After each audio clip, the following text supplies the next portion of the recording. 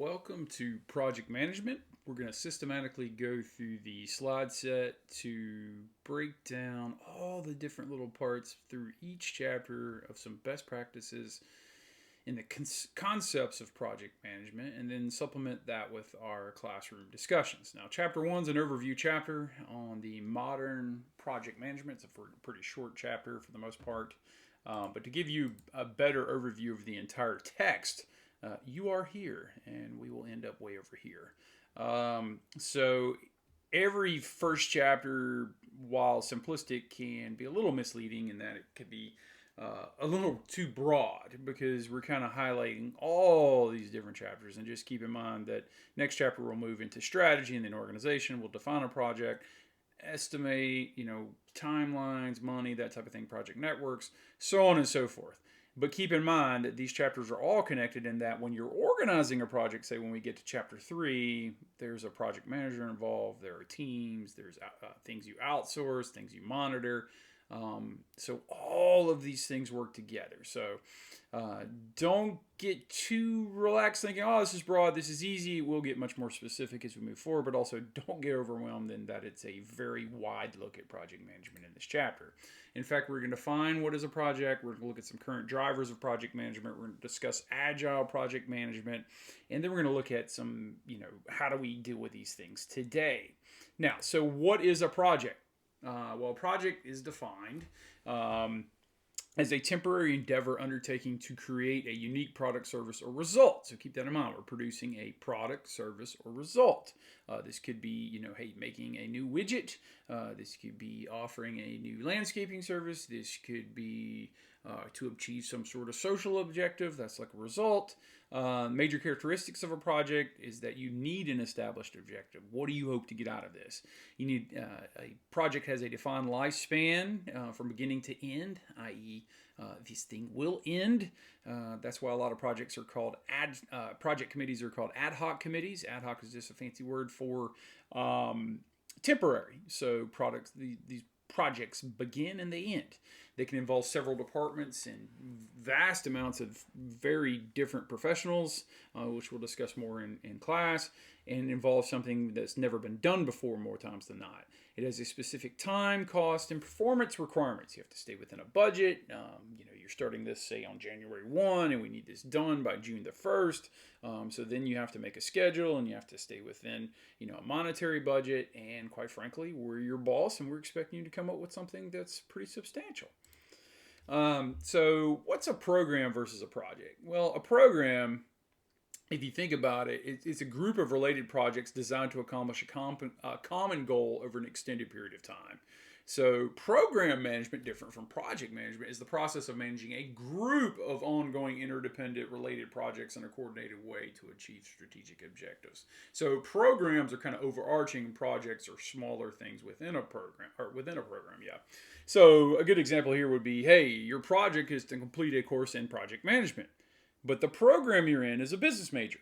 So the business major is a collection of different projects that allow you to get your business degree, whereas the project itself is one individual unit within the program, one individual course, if that helps you. So routine, repetitive work, hey, you're just taking class notes. Projects, you're actually delivering a term paper, or in this case, a project. Routine, daily entering sales receipts into an accounting ledger, versus, hey, you get to attend a professional accounting conference and stand at a kiosk and promote your service. Routine, responding to supply chain requests, it's just every day, versus developing a new supply chain information system. If you've ever taken piano lessons, which at some point I'm sure in these lectures you're going to hear my daughter in the background taking piano lessons or practicing her piano, practicing is routine. Writing a new piece of music is a special project. Routine manufacturing of, they say here an Apple iPod. Let's update that. That needs to be iPad. iPad. And then, or designing a new iPad. Okay? Who cares? Designing a new iPad. See how we do that? And then manufacturing process where you just put a tag on a product. Or if there's some kind of special type, wire tag. Why don't we change? Why do we still use physical? price tags. When are they going to change it to an electronic price tag, say for GE or Walmart, where they can just change the prices overnight without the physical labor? That would be a project. Projects have life cycles.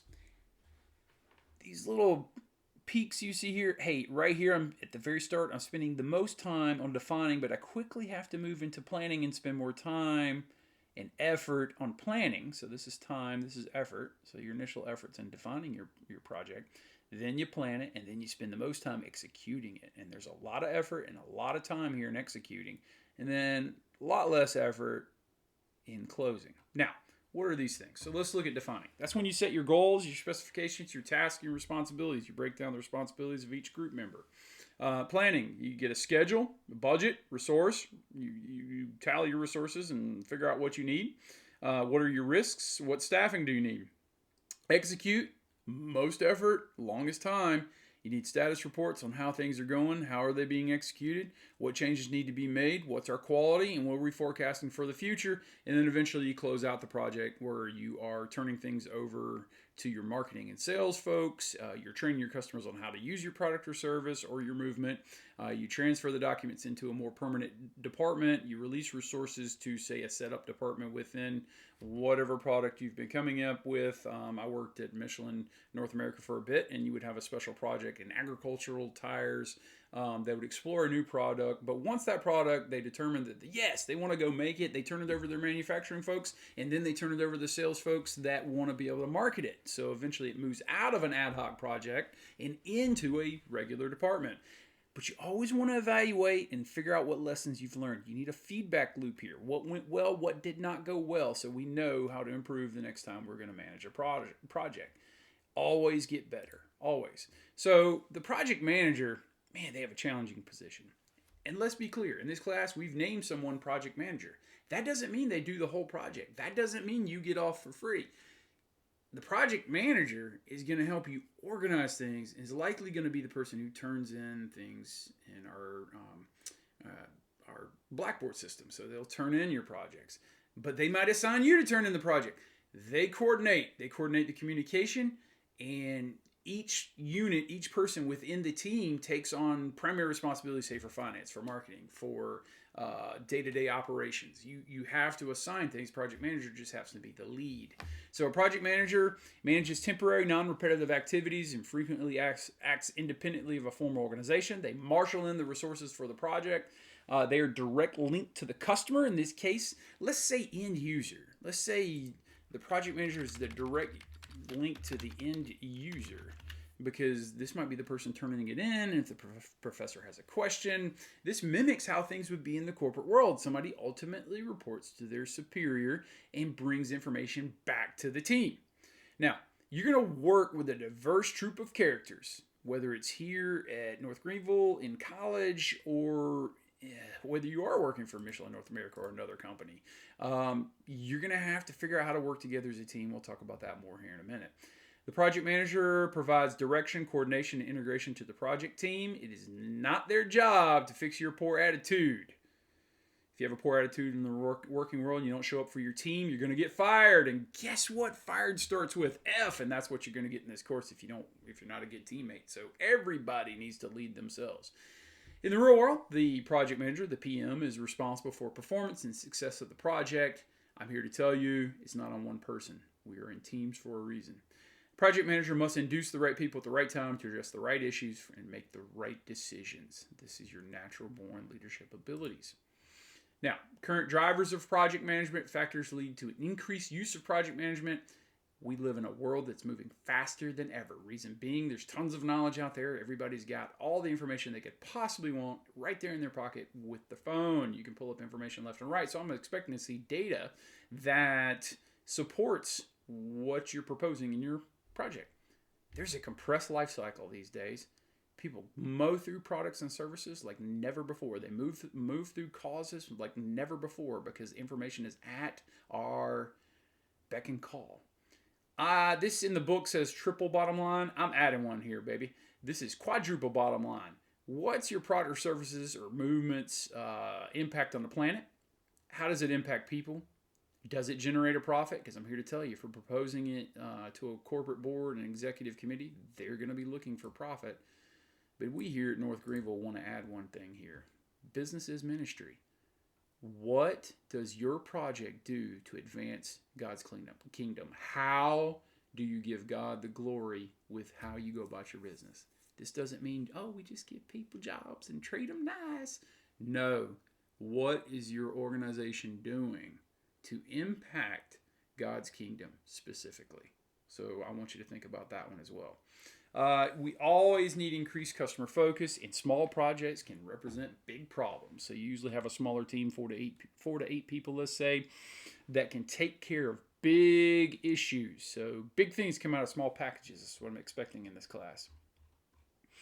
Agile project management, Agile PM, is methodology emerged out of the frustration with using traditional project management processes to develop software. That's where it started. It got refined over time, and now it's being used in industries to manage projects, all kinds of industries to manage projects with high levels of uncertainty. That's the beautiful thing about this course. There's been some uncertainty so far, I'm sure, but let me tell you, that mimics the real world like crazy. So roll with it. The less you know shows us what kind of effort you'll put forward to become informed, to put a structure to this. You have to do the reading on your own. You have to watch these videos on your own.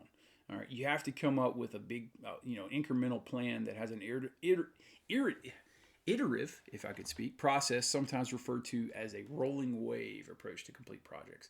This focuses on an active collaboration between the project and customer representatives, breaking projects into smaller functional pieces and adapting to changing requirements. It's often used upfront. You got to be agile, right? Upfront to define the phase, to establish specifications and requirements. And then traditional methods are used to plan, execute, and close the project, just like we were talking about previously. We're going to see some iterative waves here. See, I can't say that word. This works best in small teams, 4 to 8 members. What are we looking at here? Your project should have several iterations. It kind of lines up here. Milestone 1, milestone 2, milestone 3, milestone 4, final project, right? Submission. Your milestone 1 will need some development. I'll give you some feedback. It should get better. Then you add in milestone 2. I'll give you some feedback. It should get better. Then you'll add in milestone 3. We'll get some more feedback. It should get better. Milestone 4 will get some feedback. It should get better. By the time it gets down to your 5th iteration, it should be phenomenal. It should be clear that you got a semester's worth of structure in this course, and you put a semester's worth of effort into it, because if you don't, I've seen people on projects get fired. And what does fired start with? F. So when we're in academic situations, if you don't progress through your iterations, say lasting 1 to 4 weeks, here they really need to be about 2 weeks, then you'll get that F. If you do improve through iterations and you do speak up in class and you do ask questions, I promise you your project will get better. So the goal of each iteration is to make tangible progress, such as define the key requirements, solve a technical problem, create a desired feature, and demonstrate it to the customer or the end user. At the end of each iteration, progress is reviewed, adjustments are made, and different iterative cycle begins. You move forward.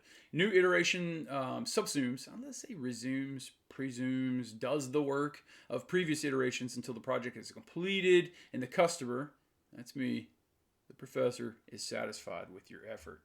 All right?